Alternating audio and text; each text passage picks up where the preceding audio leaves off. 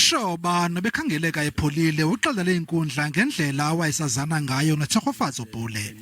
Uxelele inkundla ukuba bobabini babelinde ngomonde ukubelekwa komntwana wabo.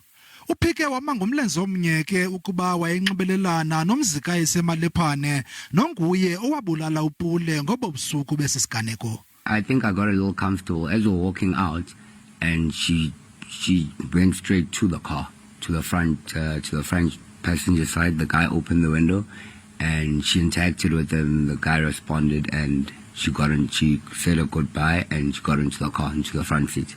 Amagqwetha akhe ebemngcambazisa Loka Shoba ngemiyalezo yakhe yeWhatsApp nembonisa uShoba njengomntu owayeyinxalenye nowayenenkxaso kakuPule ngethuba ekhulelwe umntwana wabo.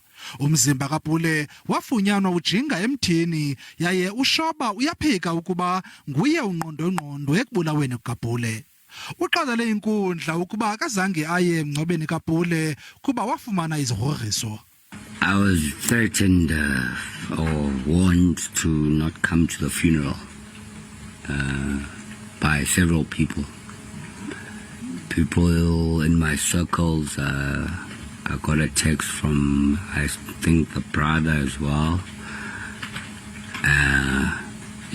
And some of my friends from Middleland said, Shoba, it wouldn't be a good idea for you to come.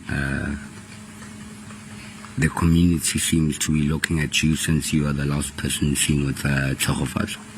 uShoba kulindeleke ukuba aphinde aphekwe esophulwa ngemibuzo ngomso.